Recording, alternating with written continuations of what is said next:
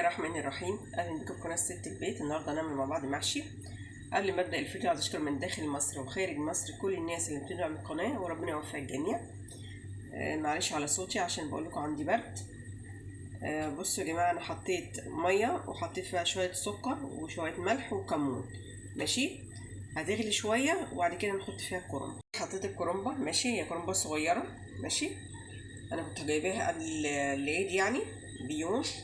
تحطها في شنطه، ما بيجرالهاش اي حاجه يا جماعه، بس نضفوها من الورق الاخضر وكده وعن الراس وحطيها في شنطه وربطيها كويس وحطيها في التلاجة من تحت. ماشي، هتتسلق بقى ونيجي مع بعض. في الوقت انا حركت 3 بصلات صغيرين، حطيت معلقه سكر، هنقلب بقى كده. ماشي،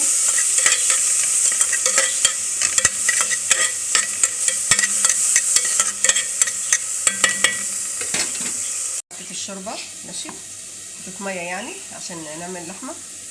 في طبعا انا مقطعه قوطه وبصل وورق غار، ماشي، وقرنفل. نحطهم كلهم كده مع بعض كده ونسيب بقى الميه تغلي ونيجي مع بعض. انا حطيت معلقه سمنه كبيره، ماشي، وشويه زيت. نقلب بقى كده.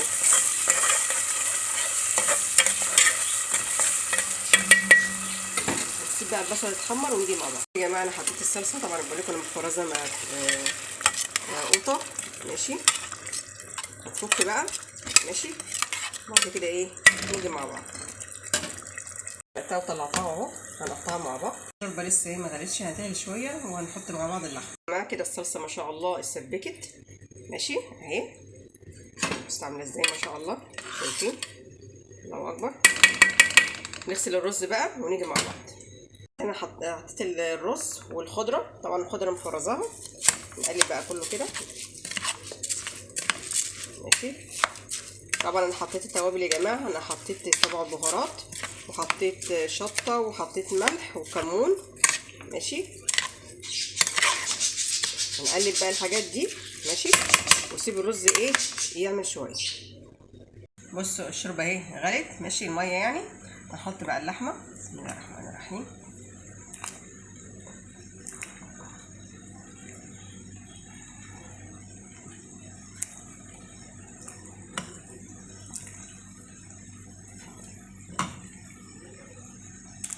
هنسيبها بقى تستوي شويه ونيجي مع بعض.